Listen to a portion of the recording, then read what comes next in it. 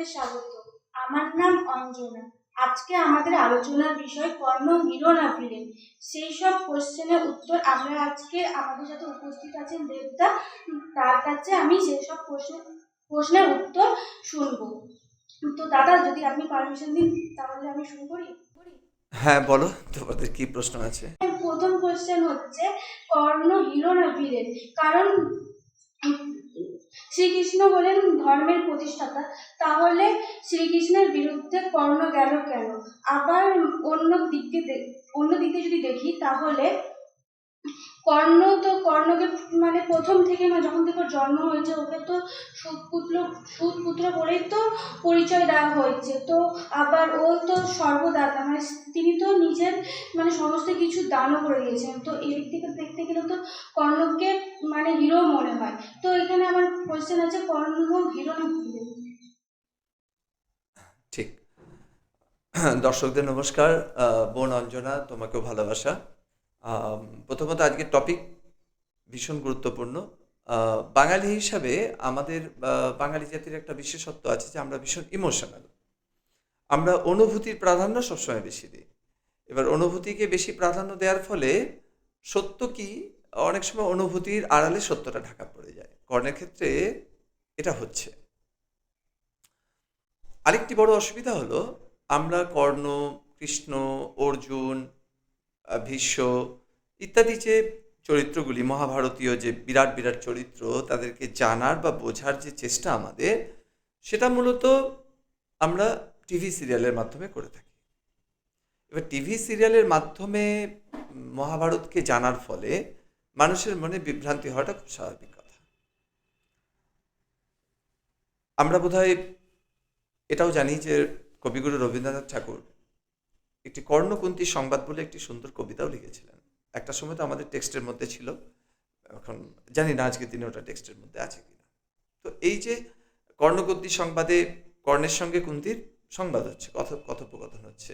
সেখানে কর্ণকে মা কুন্তী জানাচ্ছেন যে তুমি আমারই সন্তান, তুমি যুদ্ধ করো না, তুমি সব থেকে বড় ছেলে আমার, তুমি এসো, ফিরে এসো আমাদের শিবিরে, তুমি রাজার আসন পাবে। এদিকে কর্ণ বলছে না, আমি কথা দিয়েছি, আমি যেতে পারবো না, আমি আমার বন্ধুর প্রতি প্রতিশ্রুতিবদ্ধ। কিন্তু হ্যাঁ, শেষ পর্যন্ত কর্ণ বলছে, মাতা আপনাকে আমি কথা দিচ্ছি যে আমি অন্যান্য পাণ্ডবদেরকে হত্যা করব না, কোনো পাণ্ডবই আমার দ্বারা হত্যা হবে না, কিন্তু আমি অর্জুনকে হত্যা করব। এটা আমরা ঘটনা কর্ণকুন্তী সংবাদের মাধ্যমে পড়ছি।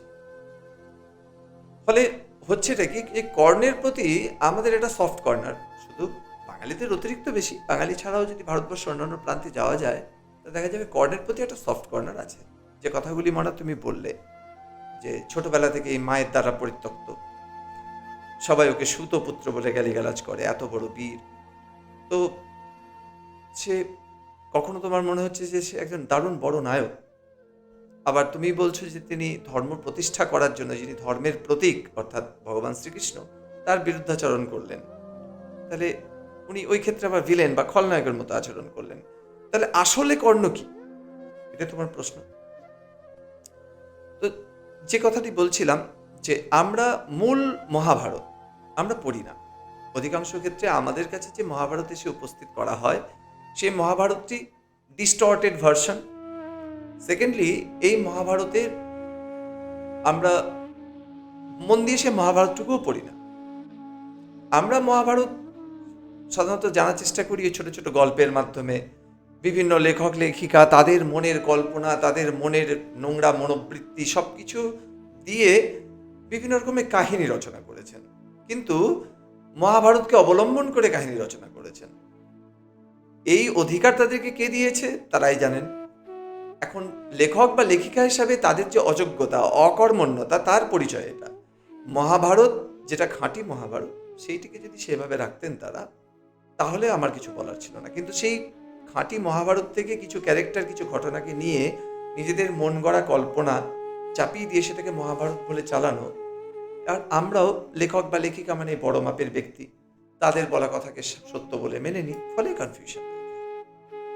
মূল মহাভারতে যদি আমরা ফিরে যাই, মূল মহাভারতের রচয়িতা কে? কৃষ্ণ দ্বৈপায়ন বেদব্যাস, তাই তো?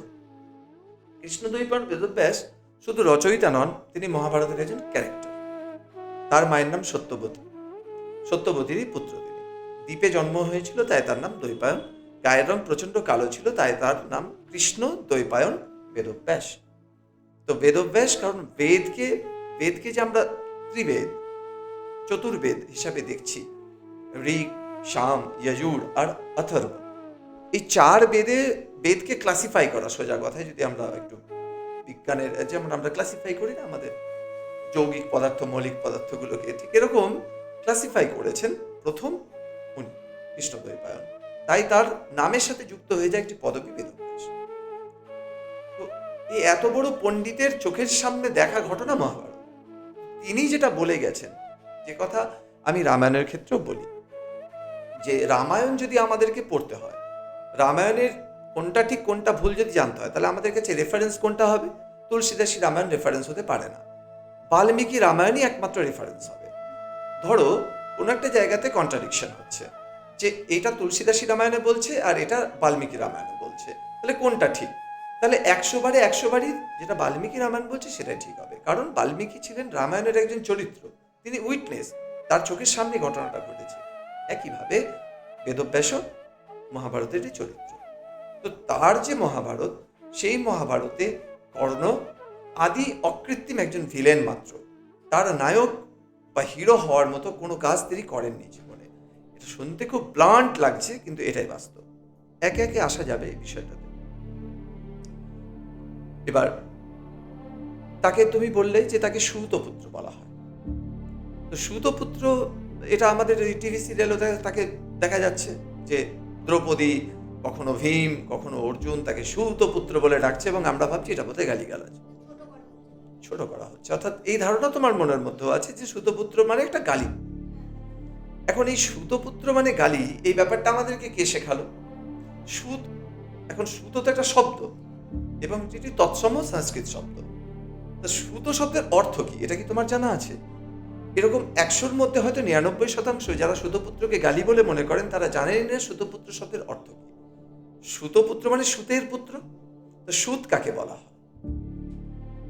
আমাদের বিবাহের দুরকম পদ্ধতি আছে, একটি হলো সবর্ণ বিবাহ, একটি অসবর্ণ বিবাহ।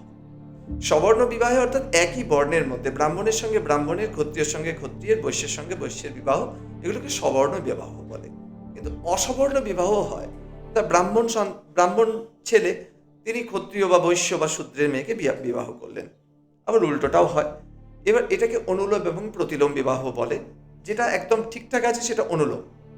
নিয়ম হচ্ছে যে ছেলের যদি পুরুষের যদি উচ্চ বর্ণ হয় আর নারীর যদি নিম্ন বর্ণ হয়, সেই বিবাহ হচ্ছে অনুলোম, অর্থাৎ সেটি হলো শাস্ত্রসম্মত। একজন ব্রাহ্মণ পুত্রের অবশ্যই কর্তব্য সে যতটা নিম্নবর্ণীয় আছে তাকে বিবাহ করা। যদি মনুসংহিতা পড়ি আমরা এটা বিস্তৃত জানতে পারবো। হ্যাঁ, ছেলে ওইটাই, তাকে প্রতিলোম বিবাহ বলে। অর্থাৎ ছেলে যদি শূদ্র এবং মা যদি, অর্থাৎ মেয়ে যদি উচ্চ বর্ণের হয়, তাহলে সেটা প্রতিলোম বিবাহ, সেটা শাস্ত্রের দ্বারা নিষিদ্ধ। এর জেনেটিক্যাল কারণ কি সেটা আজকের ভিডিওতে, এটা নিয়ে একদিন একটা ভিডিও করে বলবো অবশ্যই। 100% জেনেটিক্যাল রিজন আছে এর পিছনে, এবং এটা পুরো বিজ্ঞানসম্মত, যেটা আজকের দিনে আমরা মানি। আজকের দিনে যদি যখন ওই সারোগেসি, IVF এসবের মাধ্যমে যখন সন্তান উৎপাদন হচ্ছে, তখন লোকে গিয়ে বলছে আমাকে ধোনির ওই স্পার্ম লাগবে বা সচিন তেন্ডুলকারের লাগবে। কেন বলছে? মানুষ হায়ার কোয়ালিটি খুঁজছে, যে আমার সন্তান আরো বেস্ট কোয়ালিটি, তাই খুঁজে সবাই। তো ওই জন্য পুরুষের বেস্ট কোয়ালিটি হওয়া দরকার। তো যাই হোক, এটা পরবর্তী একটা টপিক এক সময় বলবো। এবার এই সুতো কথাটি ওখান থেকে এসেছে। যখন মাতা ব্রাহ্মণ আর বাবা ক্ষত্রিয় হবে, অর্থাৎ প্রতিলোম বিবাহ হয়েছে, বাবা ক্ষত্রিয় কিন্তু মা হচ্ছেন ব্রাহ্মণ, তাদের যে সন্তান উৎপন্ন হয় তাকে বলা হয় সুত। এবার এই সুতোদের কাজ কি? মূলত সুত শব্দটি থেকেই এসেছে আরেকটি শব্দ, যাকে বলে সৌতি। মহাভারত, বেদব্যাসের মহাভারত যদি খোলো, নৃসিংহপ্রসাদ ভাদুরীর মহাভারত খুললে হবে না, বেদব্যাসের যদি মহাভারত খোলো, তাহলে দেখতে পাবে একদম শুরুতেই যে চরিত্রের নাম, তার নাম হচ্ছে উগ্রশ্রবা। এই উগ্রশ্রবা, তাকে বলা হচ্ছে সৌতি উগ্রশ্রবা। সৌতি অর্থাৎ সুতের পুত্র, সৌতি। সৌতি উগ্রশ্রবা, তার বাবার নাম হচ্ছে লোমহর্ষণ। উগ্রশ্রবার বাবা তিনিও একজন সুত ছিলেন, তার নাম হলো লোমহর্ষণ। সুতোদের কাজ হচ্ছে যেটা আমরা হোমারকে পাই, ইলিয়াড এবং ওডিসির যে কবি হোমার, হোমারের কাজ কি ছিল? তিনি তো অন্ধ, কিন্তু লেখাও পড়া জানতেন না সক্রেটিসের মতো, কিন্তু তিনি ইলিয়াড এবং ওডিসির যে কাহিনী সেটাকে গানের মাধ্যমে পাড়ায় পাড়ায় গ্রামে গ্রামে করে বেড়াতেন। এটাকে বলে চারণ কবি। এই চারণ কবিদের কাজটা করতেন সুতেরা। তাদের কাজ ছিল পৌরাণিক ঘটনাগুলো শোনা এবং সেগুলোকে বলা। উগ্রশ্রবা মুনি এই ঘটনাগুলি, মহাভারতের ঘটনাটি প্রথম শুনেছিলেন কোথায়? সর্পসত্র যজ্ঞে, জন্মেজয়ের সর্পসত্র যজ্ঞে শুনেছিলেন। কার মুখে? বৈশাম্পায়ন, বিশাল বড় মুনি বৈশাম্পায়ন, যে বৈশাম্পায়নের শিষ্য হচ্ছেন বিরাট বড় পণ্ডিত যাজ্ঞবল্ক্য। এত বড় পণ্ডিতের মুখে প্রথমবার মহাভারতের ঘটনা শুনেছিলেন। বৈশাম্পায়নকে ঘটনাটা কি বলেছিলেন? বেদব্যাস বলেছিলেন। বেদব্যাসের থেকে তার ছেলে সুখদেব, সুখদেবের থেকে বৈশাম্পায়ন, বৈশাম্পায়নের থেকে শুনলেন উগ্রশ্রবা। উগ্রশ্রবা মুনি আবার ওটা নৈমিষারণ্য বলে একটি জায়গা আছে, সেই নৈমিষারণ্যে এই মহাভারতের কাহিনী লোক মধ্যে প্রচার করেছিলেন। তাই জন্য মহাভারতের শুরুতেই উগ্রশ্রবা আসছে, সৌতি উগ্রশ্রবা। তো তাহলে সৌতি উগ্রশ্রবা যিনি মহাভারত বলছেন, তাকে সৌতি বলা হচ্ছে, তাহলে তাকে গালিগালাজ করা হচ্ছে, মানে কমন সেন্স। ওই দিব্যজ্ঞানের চেয়ে কাণ্ডজ্ঞানের খুব দরকার। আমরা অনেক সময় দিব্যজ্ঞান রাখতে গিয়ে কাণ্ডজ্ঞান হারিয়ে ফেলি। যদি আমাদের কাণ্ডজ্ঞানটিকে সঠিক রাখি, তাহলে এটা বোঝা যাবে যে একজনকে সৌতি বলা মানে সেটা তার টাইটেল, সেটা তার পদবী। সৌতি অর্থাৎ হে চারণ কবি, এরকম ভাবে বলা হচ্ছে। বা হে সুতপুত্র মানে তাকে সুতের পুত্র বলা হচ্ছে ঠিকই, কিন্তু তার কথাটার মানে অ্যাকচুয়ালি হচ্ছে চারণ কবি, তার বিরাট বড় পাণ্ডিত্য। এবং নৈমিষারণ্যে যেখানে গিয়ে তাকে বলা হচ্ছে, সেখানে তাকে ব্যাসপীঠ ছেড়ে দেওয়া হচ্ছে, সেই উচ্চ আসনে বসে তিনি সবাইকে মহাভারতের কাহিনী বলছেন।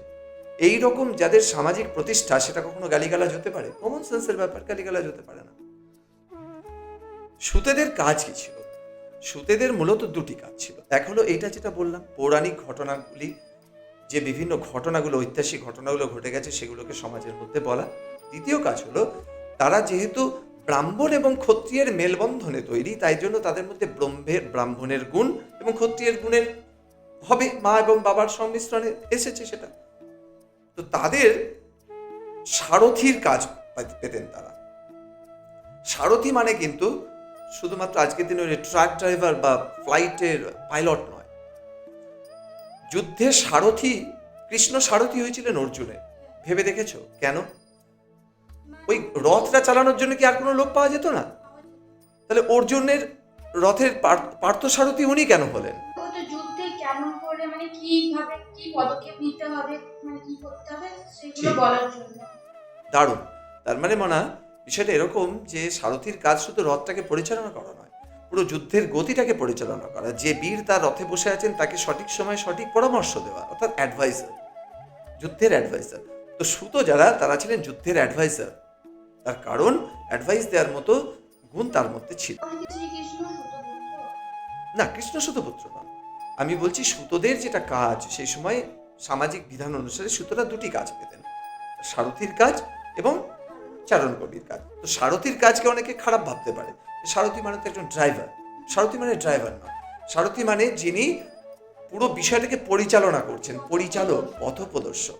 একদম ঠিক কথা। তো এত বড় পজিশন যাকে সমাজ গ্র্যান্ট করেছে, তারা কখনো খারাপ কিছু হতে পারে? কমন সেন্সের ব্যাপার, খারাপ কিছু না।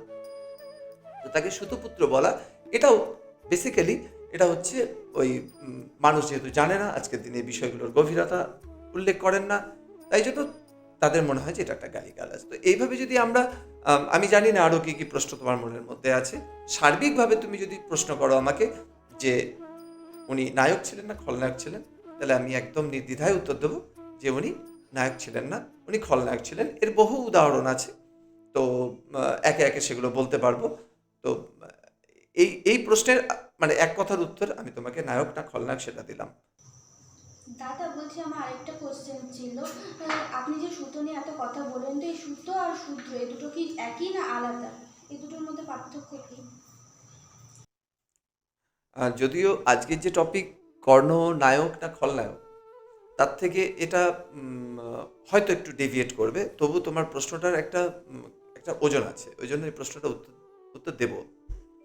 দেখো, ওই যে একটু আগে বললাম যে আমাদের যে বিভিন্ন আমাদের মূল যে ভাষা অর্থাৎ সংস্কৃত থেকে আমরা অনেকটা দূরে সরে এসেছি। আমরা প্রত্যেকেই, তুমি আমি, আমরা আমাদের ব্যবহারিক জীবনে আর সংস্কৃত ব্যবহার করি না, যার ফলে আমাদের কনফিউশন তৈরি হয়।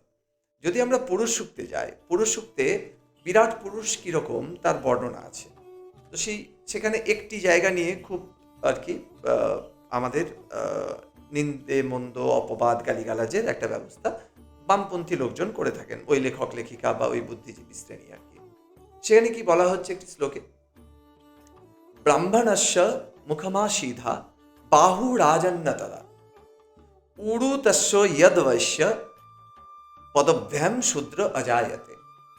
অর্থাৎ বিরাট পুরুষ সেই বিরাট পুরুষের মুখমণ্ডল বা মস্তিষ্কের যে জায়গাটা, এটি হলো ব্রাহ্মণ, তার যে বাহু সেটা হলো ক্ষত্রিয়। বিরাট পুরুষ অর্থাৎ পুরো সৃষ্টিটা হলো বিরাট পুরুষ। আসল যেটা ব্যাপার, পুরো সৃষ্টিটার তো কোনো আলাদা রূপ নেই, কিন্তু পুরো সৃষ্টিটাকে যদি একটা বডি ধরা হয়, সেই পুরো বডির যেটা চিন্তার জগৎ, যেটা চেতনার জগৎ, সেটা হলো ব্রাহ্মণ। এর যেটা ক্ষাত্রগুণ অর্থাৎ এর যেটা বাহুবল, সেটা হলো ক্ষত্রিয়। এর যেটা উড়ু উড়ু অংশ, সেটা হলো বৈশ্য। উড়ু অর্থে কেন না, আমাদের দেখো শরীরের সব থেকে বড় হাড় কোনটা, আমরা ফিমার বোন। সেই ফিমার বোনের উপরে পুরো শরীরের ওজনটা দাঁড়িয়ে আছে। এই ফিমার বোনটা আমাদের পুরো শরীরটাকে দাঁড় করিয়ে রাখে। ঠিক সেরকম আমাদের পুরুষার্থের 4টি ভাগ আছে, ধর্ম, অর্থ, কাম, মোক্ষ। পুরুষার্থের প্রত্যেকটা মানুষ, পুরুষার্থ মানে শুধু পুরুষ মানে কিন্তু পুরুষ কিন্তু লিঙ্গহীন। পুরুষ মানে আমরা মাস্কুলাইন মনে করি, একদম না, ভুল কথা। এটাও পুরুষ পুরুষ শব্দকে আমরা মনে করি পুরুষ মানে হলো পুরুষ, হিন্দিতে মর্দ আর বাংলাতে ছেলে, পুরুষ মানুষ এরকম বলি, কিন্তু না, পুরুষ মানে সবাই, নারী পুরুষ সবাইকে নিয়ে পুরুষ বলা হচ্ছে। এখানে নারী আলাদা পুরুষ আলাদা নয়। যে পুরুষার্থের অর্থ, পুরুষার্থ কিন্তু সকলেই করবে, নারীও করবে পুরুষও করবে। পুরুষার্থ বললাম মানে শুধু পুরুষের কাজ না। যাই হোক, তো ধর্ম, অর্থ, কাম, মোক্ষ, এই 4টে পিলার বা স্তম্ভের উপর পুরুষার্থ দাঁড়িয়ে আছে। তো পুরুষার্থের সেকেন্ড পিলারটা বলা হচ্ছে অর্থ। ধর্ম অর্থাৎ যা ন্যায় নীতি সঠিক পথ অবলম্বন করবে। অর্থ অর্থাৎ আমাদেরকে রিসোর্সেস ক্রিয়েট করতে হবে। রিসোর্স না হলে তো কিছু হবে না। আজকে স্টুডিওটা তোমরা বানিয়েছো, এখানে তোমাকে রিসোর্স ক্রিয়েট করতে হয়েছে। এই জিনিসপত্র আদি কিনেছো, এর জন্য তোমাদের অর্থ সঞ্চয় করতে হয়েছে, ব্যবস্থা করতে হয়েছে। এইভাবে অর্থ, এই অর্থ উৎপাদনের যে আমরা কিন্তু কখনোই, আমাদের এখানে কিন্তু কখনোই দারিদ্রতাকে গ্লোরিফাই করা হয়নি। তোমরা দেখবে যে আমাদের ধর্ম, আমাদের সমাজ কিন্তু মা লক্ষ্মীর পূজারী। শুধু বাঙালি না, কিন্তু সমগ্র হিন্দু জাতি মা লক্ষ্মীর পূজারী। আমরা ধন সম্পদের পূজারী, কারণ আমরা জানি যে অর্থ ছাড়া কোনো কাজই হবে না। তো এই যে অর্থ উৎপাদন করা, অর্থের দ্বারা যে সমগ্র সমাজ ব্যবস্থাটাকে চালানো, এই বিরাট বড় দায়িত্বটা বৈশ্যরা পালন করেন। তো সমাজের ফিমার বোন তারা, ওই জন্য বৈশ্য। আর বলছে পদভ্যাম শূদ্র অজায়তে। এবার একটা এই পুরো বডিটা, এই পুরো সিস্টেমে যদি একটা বডি হয়, এই বডিটাকে যদি জঙ্গম হতে হয়, যদি গতিশীল হতে হয়, যদি চলতে হয়, তাহলে তার কি লাগবে? পা ছাড়া আমরা চলতে পারবো? স্টিফেন হকিং এত বড় মাপের বিজ্ঞানী, কিন্তু তার শরীরে কাজ হতো না, তাকে হুইল চেয়ার দিয়ে ঠেলে ঠেলে নিয়ে যেতে হতো। তার এত বিদ্যা বুদ্ধি এত শক্তি কোনো কাজে আসেনি, কারণ তার পা ছিল না। আজকে এই সৃষ্টিটাও সেরকম, যদি পা না থাকে তাহলে সেই সৃষ্টিটা গতিশীল থাকবে না। তো সৃষ্টিকে চালানোর জন্য অর্থাৎ ব্রাহ্মণের মাথা, ক্ষত্রিয়ের বাহুবল এবং বৈশ্যের যে রিসোর্স ক্রিয়েট করা, সব কিছু মিলিয়ে শেষে যখন এই পুরো সিস্টেমটাকে চালাতে হবে, এই চালানোর কাজটা কারা করবেন? শূদ্রেরা করবেন। ব্রাহ্মণ, ক্ষত্রিয়, বৈশ্য হয়ে গেল। বিজনেস, কোনো কিছুকে উৎপাদন করা, কোনো কিছু ব্যবসা করা, ধন সম্পদকে আর্ন করা, সেটা কারা করেন? বিজনেসম্যানরা। আজকে ধরো চাকরি করছি আমরা, বা যারা করবে চাকরি, সেটা সরকারি বেসরকারি যাই হোক, তারা কিন্তু বৈশ্যদের দ্বারাই আমরা পরিচয়। হ্যাঁ, যারা মোট কথা যারা অর্থ উৎপাদনের সংসাধন তৈরি করবে, অর্থ উৎপাদন করার একটা সিস্টেম, সেই সিস্টেমটাকে যারা চালান তারাই বৈশ্য। তো শূদ্রেরা এই পুরো সিস্টেমটাকে এবার পরিচালনা করবেন, তাদের দ্বারা চলবে, তারা এটাকে গতিশীল রাখবে। তো তার মানে এই নয় যে পা থেকে শূদ্রের উৎপন্ন হয়েছে। তো বর্ণ ব্যবস্থাতে এইরকমভাবে ডিভিশন করা হয়েছে, এবং সেটা জন্মজাত ছিল না, সেটা গুণকর্মজাত ছিল। তাই জন্য তো ভগবান শ্রীমদ্ ভগবদ্গীতাতে স্বয়ং শ্রীকৃষ্ণ বলেছেন চাতুর্বর্ণম মায়া সৃষ্টম গুণকর্ম বিভাগ আসা, চতুর্বর্ণ আমার দ্বারা সৃষ্টি। সেটা কিভাবে ভাগ হয়েছে? গুণকর্ম বিভাগ আসা, গুণকর্মের দ্বারা বিভাগ করা হয়েছে। কার কিরকম গুণ আছে? মনে করো যে তুমি একজনকে বেদ পড়তে দিলে, বেদ পাঠ করতে দিলে, কিন্তু তার বেদের ভিতরে যে গভীর জ্ঞান সেটাকে করার মতো তার কাছে জ্ঞান নাই। কিন্তু তুমি যদি তাকে বলো যে একটা সুন্দর ফুলের বাগান আছে, একটু জল দিয়ে বাগানটাকে সাজিয়ে দাও, তো তোমার থেকে অনেক ভালোভাবে সে সেই কাজটা করবে।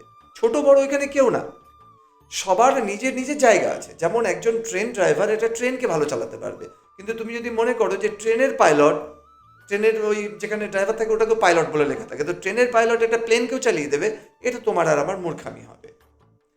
আবার যিনি একজন ভালো পাইলট, মানে প্লেন উড়াতে পারেন, সারা জীবন প্লেন উড়িয়েছেন, তাকে যদি এনে এখানে বলে দেওয়া হয় যে তুমি একটা ওই ম্যাটাডোর ভ্যান চালিয়ে তুমি একটা টমেটো হলদিবাড়ি থেকে কোচবিহার পৌঁছে দাও, সে সঠিকভাবে নাও পারতে পারে, পারতেও পারে নাও পারতে পারে, জরুরি নয় যে সে পারবে। অর্থাৎ প্রত্যেকের গুরুত্ব আছে। তো শূদ্র হলেন তারা যারা সিস্টেমটাকে চালাচ্ছেন, যে সিস্টেমটা তৈরি করে দেওয়া আছে। ঠিক যেমন আমরা আজকে যদি বলা হয় ভারতবর্ষ একটা গণতান্ত্রিক দেশ, এই গণতান্ত্রিক দেশের সিস্টেম তুমি বানাচ্ছ, আমি বানাচ্ছি সিস্টেম? না, সিস্টেম কারা বানাচ্ছেন? আমলারা, যারা বুদ্ধি দিচ্ছেন, আর ক্ষত্রিয়রা অর্থাৎ রাজনেতারা। আমরা বুঝতে পারছি না বিষয়টাকে, কিন্তু চলছে সেই এক সিস্টেম। আমলারা, যারা বড় বড় বিউরোক্র্যাট যাদেরকে বলছি, তারা তো বুদ্ধি দিচ্ছেন, এটা এইভাবে এই প্রজেক্টটা করতে হবে, এইভাবে এটা করতে হবে, এইভাবে এটা করতে হবে। তারা শুধু প্ল্যান ক্রিয়েট করছেন, তারা ফাওড়া গাঁইতি কোদাল নিয়ে রাস্তায় নেমে পড়ছেন না। রাজনেতারা কি করছেন? যে যেহেতু তার কাছে রাজত্ব করার শক্তি আছে, গভর্নমেন্টের পাওয়ার আছে তার কাছে, তারা ক্ষত্রিয়, তো তারা সেটাকে তারা আদেশ জারি করছেন। যারা বৈশ্য, যারা বড় বড় কন্ট্রাক্টর, বড় বড় রিসোর্সেস যারা ক্রিয়েট করছে, তারা সেটা করছে, কিন্তু কাজটা গিয়ে কারা করছে? তুমি, আমি, আমরা শূদ্র। ভারত যদি একটা গণতান্ত্রিক ব্যবস্থা হয়, সেখানে আমরা শূদ্র, সেখানে তুমি, আমি, আমার চক্রবর্তী পদবী মানে আমি শূদ্র নই তা নয়। ভারতের গণতান্ত্রিক যে ব্যবস্থা, তার মধ্যে আমিও একজন শূদ্র, কারণ আমি এই সিস্টেমের অংশ। এই সিস্টেমে না আমার বুদ্ধি দিয়ে সিস্টেমটা আমি চালাচ্ছি, না আমার বাহুবলের দ্বারা আমি সিস্টেম চালাচ্ছি। কাজেই এই জন্য এটাকে ব্যবস্থাটাকে বুঝতে হবে। সুতো ঠিক তার আলাদা। সুতো হলেন তারা, যারা আগে বলেছিলাম এটি একটি প্রতিলোম বিবাহের ব্যবস্থার দ্বারা এসেছে, অর্থাৎ যারা কিনা ব্রাহ্মণ মা এবং ক্ষত্রিয় পিতা, তাদের সন্তান হলেন সুতো। ওই জন্য সুতো এবং শূদ্র সম্পূর্ণ আলাদা। সুতো যারা, তারা শূদ্র না। ঠিক আছে দাদা, বলছি আমরা যে টিভি সিরিয়ালে তো এই মহাভারতের কাহিনীগুলো দেখেছি, ঠিক আছে, তো সেইখানে দেখানো হয়েছে যে কর্ণকে, মানে যখন কর্ণ অসহায় অবস্থায় ছিল, তখন তাকে দুর্বল ভেবে পাণ্ডবেরা সেই সুযোগ বুঝে তখন তাকে হত্যা করেছে। তো মানে এইটা কি তাদের করা উচিত হয়েছে? বা এখানে যদি এরকম না করলে তো কর্ণের সাথে মানে এই অর্জুন জিততে পারতো না। তো এখানে মানে কে বেশি বীর, মানে কর্ণ না অর্জুন? দারুণ প্রশ্ন তোমার, মানে এর জন্য তোমাকে আমি অশেষ ধন্যবাদ দেবো যে এই প্রশ্নটি তুমি করলে। বিষয়টি হলো, দেখো, অনেকগুলো ভুল কনসেপ্টের মধ্যে এটা একটা কনসেপ্ট যে অর্জুনের থেকে কর্ণ বোধহয় বড় বীর। তোমার এই প্রশ্নের উত্তর দেওয়ার আগে আমি একটু পিছনে ফিরে যাব, মানে মহাভারতেরই পিছনে ফিরে যাব। অর্জুন আর কর্ণ যদি দুটো বীর হয়, মানে দুটো ছাত্রের মতো মনে করো, ক্লাসে একজন ফার্স্ট, একজন সেকেন্ড, এখন বিতর্ক হচ্ছে কে ফার্স্ট কে সেকেন্ড। কারো কারো মনে হচ্ছে যে কর্ণ ফার্স্ট, আর কেউ কেউ বলছে না অর্জুন ফার্স্ট। তাহলে তার নিরূপণ, তার সত্য নিরূপণের জায়গাতে যেতে হবে। তাহলে কে ফার্স্ট কে সেকেন্ড, আমরা তাহলে নিউট্রাল একটা নিরপেক্ষ জায়গা থেকে দেখতে হবে। আর সেটা দেখার জন্য আমাদের কাছে রেফারেন্স কি আছে? মহাভারত। মহাভারতে বীর অর্জুন এবং বীর কর্ণের যে সম্পূর্ণ জীবন কাহিনী, জন্ম থেকে মৃত্যু পর্যন্ত, অর্জুনেরও মৃত্যু ঘটেছে, কর্ণেরও মৃত্যু ঘটেছে। কর্ণের কুরুক্ষেত্রের ময়দানে মৃত্যু ঘটেছে, অর্জুনের কুরুক্ষেত্রের যুদ্ধে 36 বছর পর মৃত্যু হয়েছে, কিন্তু মৃত্যু উভয়েরই হয়েছে। এবার অর্জুনের সমগ্র জীবনকালে অর্জুন কখনো যুদ্ধ ছেড়ে পলায়ন করেননি। মানে আমরা আলাদা আলাদাভাবে দুজনকে বিচার করবো এবার যে কে বড় বীর। অর্জুন তার জীবনকালে যত যুদ্ধ করেছেন, যত যুদ্ধের সম্মুখীন হয়েছেন, কখনো কোনো যুদ্ধ থেকে পলায়ন করেননি। অপরদিকে কর্ণ তার জীবদ্দশাতে দুটো যুদ্ধ থেকে পলায়ন করেছেন। নাম্বার 1, আমি আসছি কোন কোন যুদ্ধ থেকে পলায়ন করেছেন কর্ণ। এবার তোমার যেটা শুরুর প্রশ্ন ছিল, এই প্রশ্নের উত্তরে যে পলায়নের এই ঘটনাটা একটু বড়, আসছি পরে। তোমার যেটা প্রথম প্রশ্ন ছিল, অর্থাৎ যে কর্ণের যখন দুর্বল অবস্থা, তার মানে তুমি এটা বলতে চেয়েছো কর্ণের যখন রথ মাটির নিচে ধসে যায়, রথের চাকা ওঠাচ্ছে, সে সময় অর্জুন তাকে হত্যা করে, সেটা অন্যায় হয়েছে, অন্যমনস্ক ছিল। অন্যমনস্ক এইগুলো হচ্ছে মন গড়া, টিভি সিরিয়ালের মন গড়া, একদমই অন্যমনস্ক ছিলেন না। একজন এত বড় বীর, ও কর্ণের বীরত্ব নিয়ে কোনো প্রশ্ন নেই, কর্ণ বড় বীর এবং অর্জুনের সঙ্গে মানে আজকের ভাষা অনুযায়ী টক্কর দেওয়ার মতো বীর। তো তিনি যুদ্ধে অন্যমনস্ক হয়ে যাবেন ব্যাপারটা একদমই তা না। কিন্তু হ্যাঁ, তার গুরু পরশুরামের একটা অভিশাপ ছিল, যেহেতু তিনি পরশুরামকে ঠকিয়েছিলেন, পরশুরামের সঙ্গে মিথ্যে কথা বলেছিলেন। পরশুরামের একটা ব্যাপার ছিল, পরশুরাম ব্রাহ্মণ সন্তান ছাড়া কাউকে অস্ত্র শিক্ষা দিতেন না। তো নিজের মানে কর্ণ চিরটা কাল শুধু মিথ্যা কথা বলে গেছে, তার অনেক উদাহরণ আছে, তার মধ্যে পরশুরাম একটা। পরশুরামের কাছে তাকে শিক্ষা নিতেই হবে জেদ, কারণ অর্জুনকে হত্যা করা তার জীবনের একমাত্র লক্ষ্য। এবার সে পরশুরামকে কি মিথ্যা কথা বললেন, নিজেকে ব্রাহ্মণ পরিচয় দিলেন, ব্রাহ্মণ পরিচয় দিয়ে তার কাছে এটা নিলেন। এবার সেখানে পরশুরাম একটি ঘটনা আছে, সেটাতে জানি পরশুরামের উড়ুতে একটা কাঁকড়া বিশা কামড় দিচ্ছিল, অথচ তার উড়ুর উপর তখন কর্ণ ঘুমাচ্ছিলেন, কিন্তু গুরুর ঘুম নষ্ট হয়ে যাবে সেই জন্য অত অসহ্য যন্ত্রণা উনি সহ্য করেছিলেন। যখন পরশুরামের ঘুম ভাঙলো, দেখলেন রক্তে ভেসে যাচ্ছে সবকিছু, তো কাঁকড়া বিছা, তখন বলে এটা তুমি কি করেছো, কেন করলে এটা, বলে এটা বললেন ঠিকই পরশুরাম, কিন্তু সঙ্গে সঙ্গে পরশুরামের মাথায় এলো যে উনি এত বড় পণ্ডিত মানুষ পরশুরাম, তিনি সঙ্গে সঙ্গে বুঝে গেলেন যে এ তো ব্রাহ্মণ সন্তান না। কোনো ব্রাহ্মণের মধ্যে এত ধৈর্য তো থাকতে পারে না, এত শারীরিক সক্ষমতা তো থাকতে পারে না, এটা একমাত্র ক্ষত্রিয়ের মধ্যে সম্ভব। কুন্তী তো তাহলে ব্রাহ্মণ, তো কুন্তীর সন্তান তো আসলে না, মানুষ তো জানতো না যে উনি কুন্তীর সন্তান, মানুষ তো জানতো উনি সুতপুত্র। তাহলে এখানে সুত আর ব্রাহ্মণের মধ্যে কি করে ধৈর্য? হ্যাঁ অবশ্যই, কর্ণ মূলত কার সন্তান, মানে কুন্তী। আসলে তো কুন্তী, তো কুন্তী হচ্ছেন ভোজ রাজার কন্যা। কন্যা, ক্ষত্রিয়া। আর তিনি কার বাবা, ওনার বাবাকে সূর্য, তিনি কে, দেব, তিনি দেব, তিনি হচ্ছেন ক্ষত্রিয়। হ্যাঁ, 100% ক্ষত্রিয় কর্ণ। তো তখন পরশুরাম বুঝলেন যে ইনি ক্ষত্রিয়, তো তখন বললেন যে তুমি এটা আমাকে মিথ্যা বলেছো। তাহলে তাই যখন তোমার শেষ কাল উপস্থিত হবে, যখন তোমার চরম সংকট, যখন তোমার জীবন মৃত্যুর প্রশ্ন আসবে, তখন আমার শেখানো সমস্ত বিদ্যা তুমি ভুলে যাবে। সেটাই হয়েছিল, এবং মেদিনী গ্রাস করবে এরকম একটা অভিশাপ ছিল। মেদিনী অর্থাৎ মাটি, তার রথের চাকা বসে যায়, সে রথের চাকাটা যখন উঠাচ্ছেন তার দৃষ্টি কিন্তু অর্জুনের দিকেই ছিল, এবং সেই অবস্থাতে অর্জুন তাকে হত্যা করে, তোমার হিসাবে সেটা অন্যায়। দেখো, ন্যায় এবং অন্যায়ের বিচারটা না বড় সূক্ষ্ম এবং বড় তাৎক্ষণিক, আপেক্ষিকও বটে। আপেক্ষিক অর্থাৎ ওই ট্রেনের মতো, ট্রেনের মধ্যে বসে থাকলে বাইরের জগৎটাকে মনে হয় চলছে, আর ট্রেনের বাইরে থাকলে আমরা মনে হয় আমি দাঁড়িয়ে আছি কিন্তু ট্রেনটা চলছে। আপাতত আসল কথা কি, বিজ্ঞান কি বলছে, না সবাই চলছে, শুধু দৃষ্টিকোণ আলাদা আলাদা, রেফারেন্স ফ্রেম আলাদা আলাদা হয়ে যাচ্ছে। যদি অর্জুনের দ্বারা কর্ণের ওই হত্যাটা যদি অনৈতিক হয়, তাহলে অভিমন্যুকে 7 জন মহারথী মিলে যারা মেরেছিলেন, তার মধ্যে কর্ণ একজন, সেটা কি ছিল? অভিমন্যু, যার মাত্র 16 বছর বয়স, যে নিজের আজকের দিনে যেটা প্রাপ্তবয়স্ক বলি সেই অবস্থাতেও পৌঁছাননি, সেই ছেলেটিকে 7 জন মহারথী, আরো বাকি রথীরা ছিলেন, মহারথী ছিলেন, কর্ণ তো মহারথী, এমন মহারথী ছিলেন 7 জন, তারা সবাই মিলে মেরেছেন। তাহলে সেটা কি ছিল? তার মধ্যে তো কর্ণও ছিল। আচ্ছা, যদি এটাই হয়, তাহলে কর্ণ যখন ওই পাশা বা ডাইস খেলা হয়, যখন হেরে যাচ্ছে, তখন কর্ণ যেভাবে দ্রৌপদীকে আক্রমণ করেছেন, যেভাবে দ্রৌপদীকে লাঞ্ছনা করেছেন, সেটা কিরকম, কোন ধরনের নীতি ছিল? কর্ণ যেভাবে কুপরামর্শ দিয়েছে দিনের পর দিন দুর্যোধনকে, বহু ক্ষেত্র আছে, আমি সেই ঘটনাতে আসছি, যেখানে দুর্যোধনের মন বিগলিত হচ্ছে, কিন্তু দুর্যোধনের মনকে বিগলিত হতে দিচ্ছে না কর্ণ, দুর্যোধনকে ইন্সপায়ার করছে পাণ্ডবদের বিরুদ্ধাচরণ করার জন্য। বহু ঘটনা আছে অরিজিনাল মহাভারতে, সিরিয়ালে নয়। সেখানে তাহলে সেটা কোন নৈতিকতা ছিল?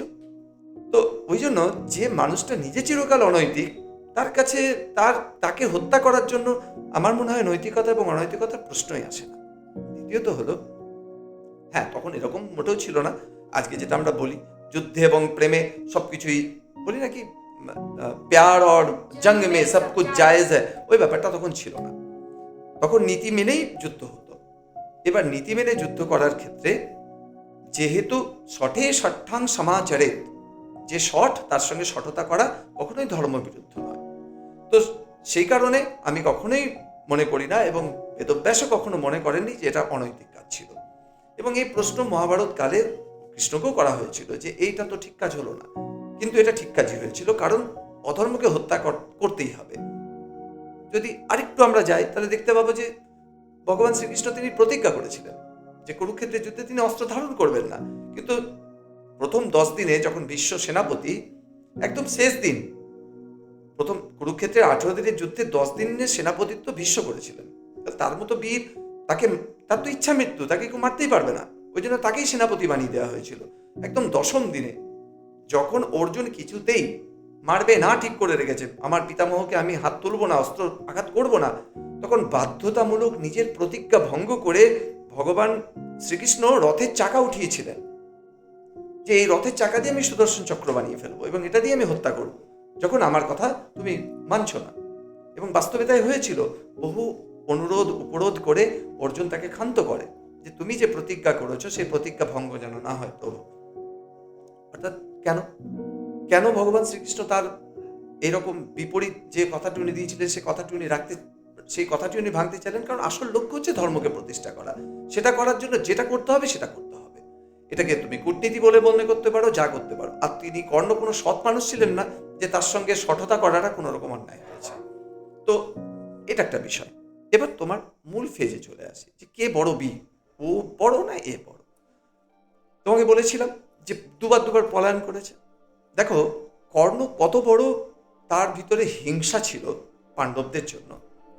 আমার এই ভিডিওটা দেখার পরে অনেক লোক আমাকে গালিগালাজ করতে পারে, তাতে আমার কোনো আপত্তি নাই, কিন্তু যেটা বাস্তব সেটা কখনো বদলে যাবে না।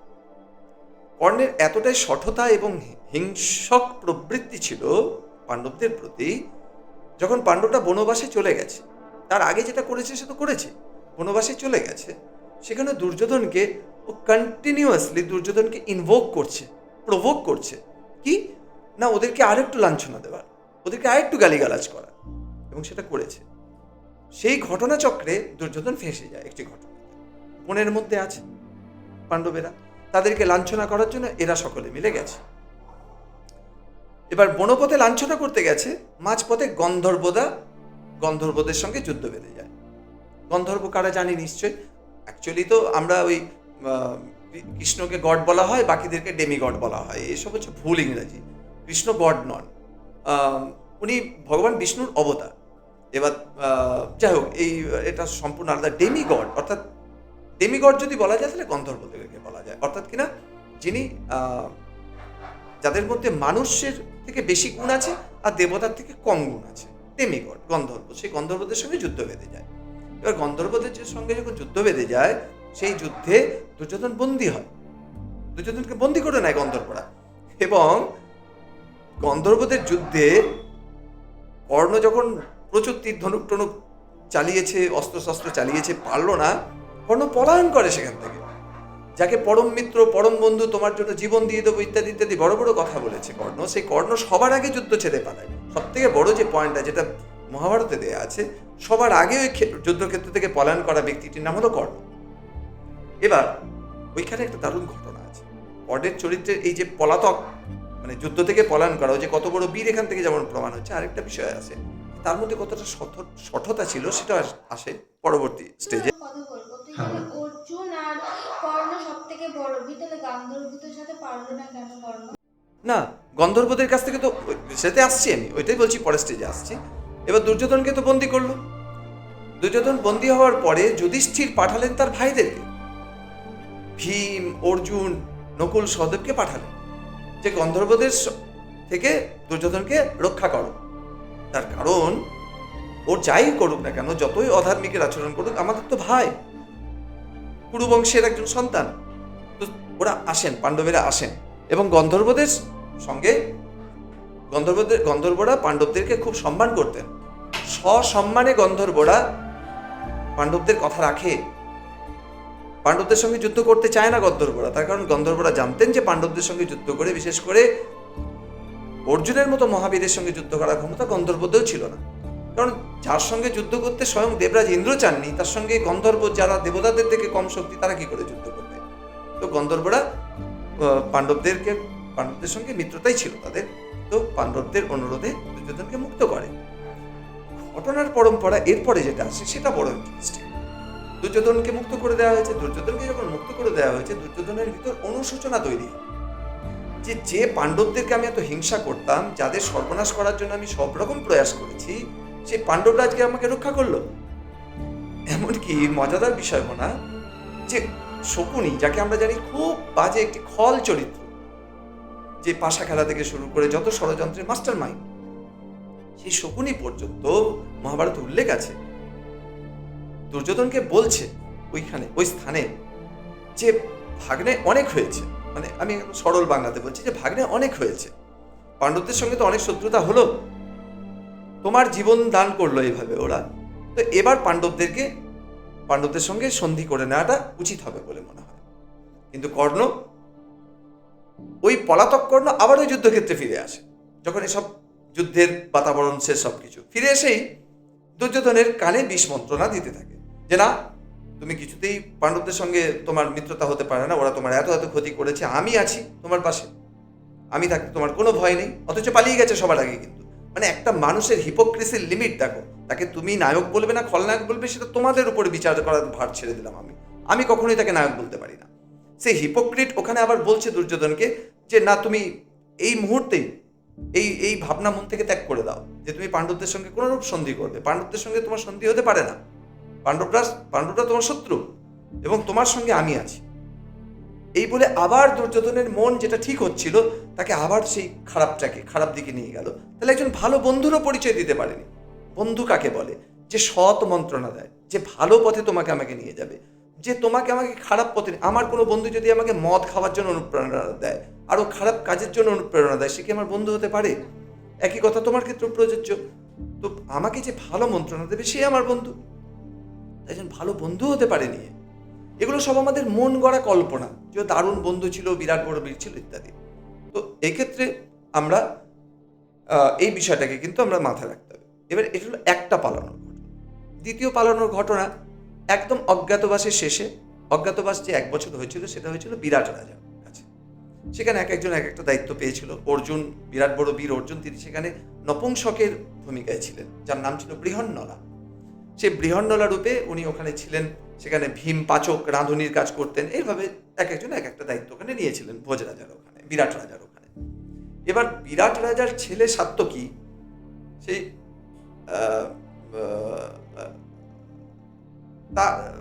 ভুল বললাম, উত্তর, তো তার কাছে সংবাদ আসে যে বিরাট রাজার যে অনেক অনেক গরু, তখন তো গোধন আর স্বর্ণ এই দুটো দিয়ে একটা রাজ্যের কত সম্পদ, কত তার অর্থনৈতিক ক্ষমতা, সেটা বিচার হতো দুটো বিষয়ের উপরে, কত সংখ্যক গরু আছে আর কতটা সোনা আছে। তো গোধন চুরি করার জন্য কৌরবেরা দল বেঁধে আসে। সেখানে ভীষ্ম পিতামহ, কৃপাচার্য, দ্রোণাচার্য, কর্ণ, দুর্যোধন, দুঃশাসন সকলে ছিলেন। বিরাট রাজ্য আক্রমণ করে সোজাসুজি কথা। সেই যুদ্ধে একা অর্জুন এদের সকলকে হারায়। শালমলি নামের একটা বৃক্ষ, জানি না তোমরা শালমলি গাছ দেখছো কিনা, সচরাচর বাংলাতে এখন দেখা যায় না, তো বাংলার বাইরে আমি বহুবার শালমলি বৃক্ষ দেখেছি। খুব ঝাড় হয়, খুব ঝোপ হয়। শালমলি বৃক্ষের কোঠরের মধ্যে তার অস্ত্রশস্ত্র লুকিয়ে রেখেছিলেন। সেই অস্ত্রগুলি নামিয়ে ওখানে যুদ্ধ করেন এবং সেই যুদ্ধে একা অর্জুনের হাতে এরা সকলে পরাজিত হয়, সকল কৌরব পক্ষ। এবং সেখানে বড় বড় সব রথী মহারথী, ভীষ্ম, কৃপাচার্য, দ্রোণাচার্য, অর্জুন, দুর্যোধন, দুঃশাসন, কর্ণ, কেউ জিততে পারেনি। অর্জুন একা সবাইকে পরাজিত, কাউকে প্রাণে মারে না, সকলের অস্ত্রশস্ত্র সব চলে যায়, সকলের রথ নষ্ট হয়ে যায়, সকলে পরাজিত হয়। তাহলে অর্জুন একা যদি এদের সবাইকে হারাতে পারে কর্ণ সমেত, তাহলে কে বড় বীর? এমন কোনো মহাভারতে এমন কোনো যুদ্ধ ঘটেনি, এমন কোনো ঘটনা ঘটেনি যেখানে কর্ণ অর্জুনকে ওভারটেক করেছে। আমরা দ্রৌপদীর স্বয়ংবর সভা নিয়েও আমাদেরকে ভুল গল্প বলা হয়। আমরা শুনে অনেকে বলে সুতম না বাড়িয়ামি, সুতপুত্রকে আমি বিবাহ করবো না, এটা নাকি দ্রৌপদী বলেছে। না, কোথাও উল্লেখ নেই এই কথা। বাস্তবিক যেটা মহাভারত, যেটা critical part of version of Mahabharata, যেটা ভান্ডারকার ফাউন্ডেশন থেকে BORI থেকে পাওয়া যায়, সেটি যদি পড়ো, যেখানে মূল যে মহাভারত, বেদব্যাসের মহাভারতকে দেওয়া হয়েছে, সেখানে দেখতে পাবে এরকম কোনো কথা কখনোই দ্রৌপদী বলেননি। এবং ওই যে লোকে ভাবে যে ও সুতপুত্র বলে ওকে ওই যে অর্জুনের যে লক্ষ্যভেদ করেছিল, সেই লক্ষ্যভেদের কম্পিটিশনে তাকে অংশগ্রহণ করতে দেয়নি, একদম চূড়ান্ত মিথ্যা কথা। ওখানে শ্লোক আছে, উল্লেখ আছে ওই পর্যায়ে যে রাজা শল্য মানে এবং এই যে কর্ণ, দুর্যোধন, এরা প্রত্যেকে লক্ষ্যভেদের জন্য চেষ্টা করেছিল, কেউ পারেনি, ফেল করেছিল প্রত্যেকে। দ্রুপদ রাজা যে শর্তটি রেখেছিলেন যে আমার কন্যা দ্রৌপদীকে যদি বিবাহ করতে হয় তাহলে ওই লক্ষ্যভেদ করতে হবে, কেউ যখন করতে পারছে না তখন ওখানে একটি পংক্তি আছে, একটি শ্লোক আছে। কারণ এরা তো ব্রাহ্মণ কুমারের ছদ্মবেশে ছিল, অর্জুন পাণ্ডবেরা ব্রাহ্মণের ছদ্মবেশে ছিল, তো ক্ষত্রিয়রা সবাই ফেল করে যাওয়াতে তারপর ব্রাহ্মণের ছেলে হিসেবে একে চান্স দেওয়া হয় অর্জুনকে, তারপর অর্জুন লক্ষ্যভেদ করে। তো এইভাবে যদি মহাভারতের স্তরে স্তরে দেখো তুমি, অর্জুন প্রতি ক্ষেত্রে কর্ণের থেকে অনেক উচ্চ মার্গের, ন্যায়, নীতি, বীরত্ব, দায়িত্ববোধ, কর্তব্যবোধ, সব কিছুতে। শুধুমাত্র মায়ের দ্বারা পরিত্যক্ত হয়েছিল ছোটবেলায় ওর কর্ণ, সেই সিম্প্যাথির গ্রাউন্ডে তো আর কর্ণ অর্জুনের থেকে বড় বীর হয়ে যেতে পারে না, এবং কর্ণের সঠতা তাতে জাস্টিফাই হয়ে যেতে পারে না, তাই নয় কি? এটাই আমার বলার ছিল। এবার এই বিষয়ে আরও অনেক বিস্তৃত, মানে সত্যি কথা বলতে মানে এটা এতটা বিস্তৃত বিষয়, এতটা ব্যাপক বিষয় যে এর উপরে ঘন্টার পর ঘন্টা ভিডিও করলেও এটা কম হয়ে যাবে। তো আশা করি যতটুকু আমি বললাম তোমার পক্ষে অনেকটা ক্লিয়ার হলো, দর্শকদের পক্ষেও ক্লিয়ার হবে। আর যদি কোনো স্পেসিফিক প্রশ্ন থাকে তুমি করতে পারো। দাদা বলছি যে মানে আমাদের মনে তো মানে কোনো মানে মহাভারত হোক বা রামায়ণ নিয়ে তো এটা তো অনেক রকমের কোয়েশ্চেন থাকে, কারণ মানে বিভিন্ন রকমের সিরিয়ালে বিভিন্ন রকমের দেখানো হয়, ঠিক আছে? তো এই মানে বিভিন্ন রকম বিভ্রান্তিও তৈরি হয় মনের মধ্যে, তো এই বিভ্রান্তিটাকে দূর করবো কী করে? মহাভারতটাকে আসলে কেমন যেটা জানবো কী করে? ঠিক, খুব গুরুত্বপূর্ণ প্রশ্ন। এবং একটি খুব ভালো জিনিস আমি 2015-16 থেকে লক্ষ্য করে দেখছি যে ভারতবর্ষের অধিকাংশ মানুষ এবং বিশেষ করে যুবক যুবতী, আমার যে ছোট ভাই বোনেরা, তাদের মধ্যে না একটা প্রবণতা আসছে যে আমাদের ইতিহাসকে জানতে হবে, আমরা কারা। এটা এটা ট্রেন্ড, এই টেন্ডেন্সিটা একটা ট্রেন্ডে পরিণত হয়ে গেছে। এবার এই ক্ষেত্রেই সব থেকে, যেমন এটা খুব ভালো জিনিস, এই ক্ষেত্রে আবার সব থেকে বেশি বড় বিপজ্জনক জিনিসটা ঘটে যেতে পারে। কারণ দেখো, আগেকার মতো তো গুরুকুল পরম্পরা নেই। আগে কি হতো, সঠিক গুরুকুল পরম্পরা থাকতো, যার ফলে গুরুর দ্বারা শিষ্যের মধ্যে যে জ্ঞানের যে মানে টর্চ বিয়ারার আর কি, একটা থেকে মশাল এক হাত থেকে আরেক হাতে যাওয়ার যে পদ্ধতি, রিলে রেসটা খুব প্রপার সিস্টেমেটিক ওয়েতে হতো। এখন যেহেতু গুরুকুল পরম্পরা নেই, এখন তো বৈদিক বস্ত্র ধারণ করে বা না ধারণ করে অনেক তথাকথিত মানুষেরা আর কি, তারা ওই দুঃখেই নদিগ্নমানাহা সুখেই সুবিগত স্পৃহা হোক বা নাই হোক না কেন, তারা নিজেদেরকে সাধু, সন্ত, বড় বড় পণ্ডিত ইত্যাদি একটা ভাব দেখিয়ে দেয়, এবং মানুষ সেখানে কনফিউজড হয়ে যায়। দেখো, মৌলিক বিষয় মৌলিকভাবেই খুঁজতে হবে। আজকে ধরো মহাভারত, তুমি একটা মহাভারতের ক্যারেক্টার জানতে গেলে তোমাকে মহাভারতেই ঢুকতে হবে। এবার সেখানেও দুনিয়ার কনফিউশন, যে মূল মহাভারতে বেদব্যাস বলছে 24,000 শ্লোক, এদিকে আবার কোথাও 73,000 শ্লোকের কথা আসছে, কোথাও 1,00,000 শ্লোকের কথা আসছে, কোথাও 1,24,000 শ্লোকের কথা আসছে। তাহলে আসলটা কি? প্রশ্ন এগুলো। এবার সিরিয়ালে একরকম দেখাচ্ছে, দেবদা একরকম বলছে, আসলটা কি? এইগুলোই কনফিউশন ক্রিয়েট করে। তো বেরিয়ে আসার রাস্তা কি? না দেবদার কথা শোনো, না সিরিয়ালের কথা শোনো, মূল গ্রন্থে ফিরে যেতে হবে।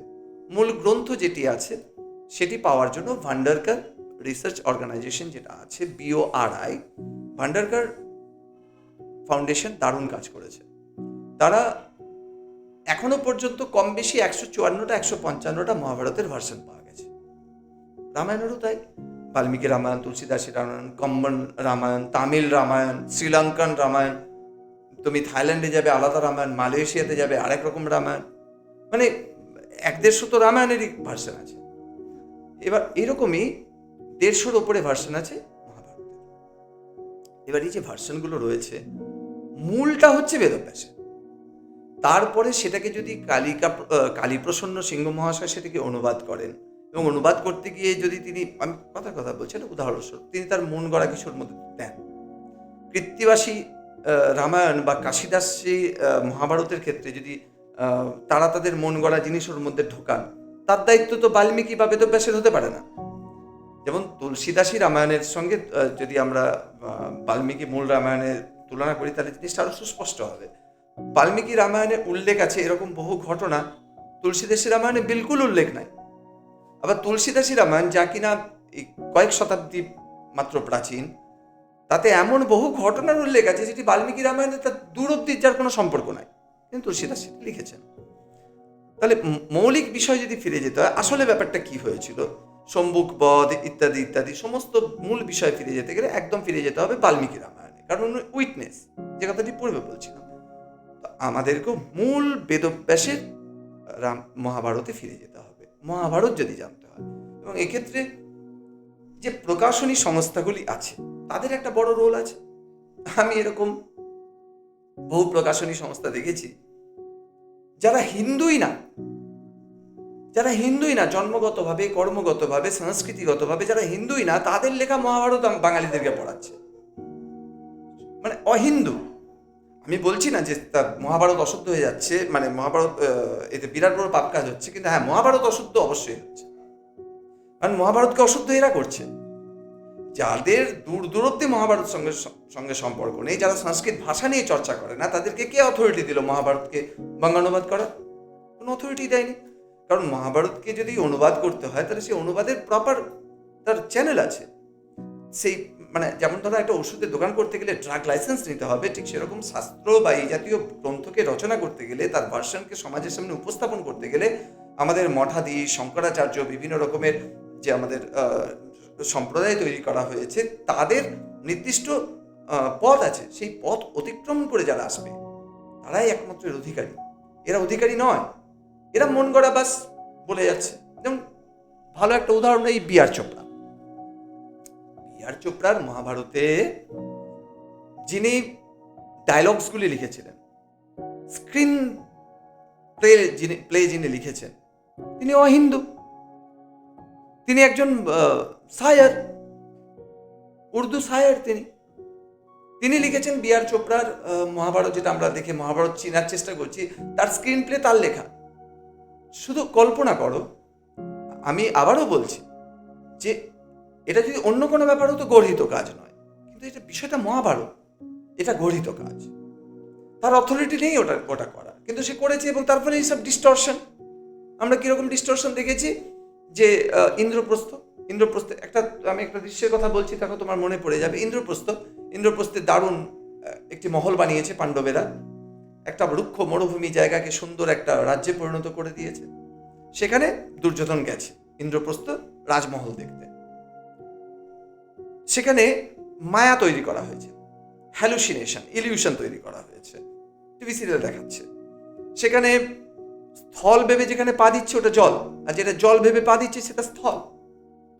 তো সেখানে দ্রৌপদীর মুখ থেকে, যার ভূমিকায় রূপা গাঙ্গুলি ছিলেন, দ্রৌপদীর মুখ থেকে এই ডায়লগটা দেওয়াচ্ছে, অন্ধে কা বেটা আন্ধা। ঠিক সমগ্র নারী জাতিকে কলঙ্কিত করার কত ঘৃণ্য ষড়যন্ত্র তুমি মহাভারত পড়লে বুঝতে পারবে। এবং ওই ঘটনা থেকে অনেকের ধারণা যে অন্ধে কা বেটা আন্ধা বলেছিল বলে দুর্যোধন প্রতিশোধ নেয়ার জন্য ওই দ্রুতক্রিয়া বা পাশা খেলা খেলেছিলেন, এবং তার ফলে কুরুক্ষেত্রের যুদ্ধ হয়েছিল। মানে ঘুরিয়ে দ্রৌপদীকে বানিয়ে দেওয়া হলো কুরুক্ষেত্রের যুদ্ধের ভিলেন, যে দ্রৌপদীর কারণে কুরুক্ষেত্রের যুদ্ধ হয়েছিল, দ্রৌপদী করিয়েছিলেন এটা। নারীর অপমানের জন্য মহাভারত, কিন্তু দ্রৌপদী নিজে দাঁড়িয়ে থেকে কুরুক্ষেত্র করেছিলেন। এরা যেটা দেখাতে চাইছে যে দুর্যোধনকে যদি গালিগালাজ না করতো, তাহলে মহাভারত হতো না। যদি কর্ণকে বলতো সুতম না বাড়িয়ামি, সুতপুত্রকে আমি বিবাহ করব না, এটা যদি দ্রৌপদী বলতো, তাহলে মহাভারত হতো না। এটা আমাদেরকে সিরিয়ালে দেখাচ্ছে। বাস্তব মহাভারতে এর সঙ্গে কোনো সম্পর্ক নেই। বাস্তব মহাভারতে ওই দৃশ্যে দ্রৌপদী নেই, ভীম বলছে কথাটি, এবং আরো বিভিন্ন যে সভাসদ তারা বলছে কথাটি। বোঝা গেছে? অর্থাৎ এইভাবে যে এটাকে ডিস্টরশন বলে, এবং এটা শুধু সাধারণ ডিস্টরশন নয়, you can say it's a heinous distortion of our religious books. এরকম heinous distortion করার অথরিটি এদেরকে কে দিল? তাই জন্য এত কনফিউশন সমাজের মধ্যে, এত বিভ্রান্তি সমাজের মধ্যে, এবং এটাকে সুপরিকল্পিতভাবে ছড়িয়ে দেওয়া হয়েছে। এর থেকে বেরিয়ে আসতে গেলে আমাদেরকে মূল গ্রন্থে ফিরতে হবে। সেই মূল গ্রন্থ পেতে গেলে সেই প্রকাশনী সংস্থার কাছ থেকে কিনতে হবে। কলেজ স্ট্রিটের যত্রতত্র গজিয়ে ওঠা ওই ইংরেজদের দ্বারা বা বামপন্থীদের দ্বারা প্রমোট করা প্রকাশনী সংস্থার দ্বারা মহাভারত পড়লে হবে না। আমাদেরকে পড়তে হবে তাদের মহাভারত যাদেরকে ধ্বংস করার জন্য চেষ্টা হয়েছে। আমি এক্ষেত্রে গীতা প্রেসের কথা বলছি। গোরক্ষপুর গীতা প্রেসের যে মহাভারত, সেই মহাভারত পড়তে হবে, এবং সেখানেও অন্য ভার্সন নয়, একমাত্র বেদব্যাস দ্বারা সম্পাদিত, বেদব্যাসের দ্বারা রচিত মহাভারত পড়তে হবে। তাহলে দেখবে যে এই সকলগুলো থাকবে না।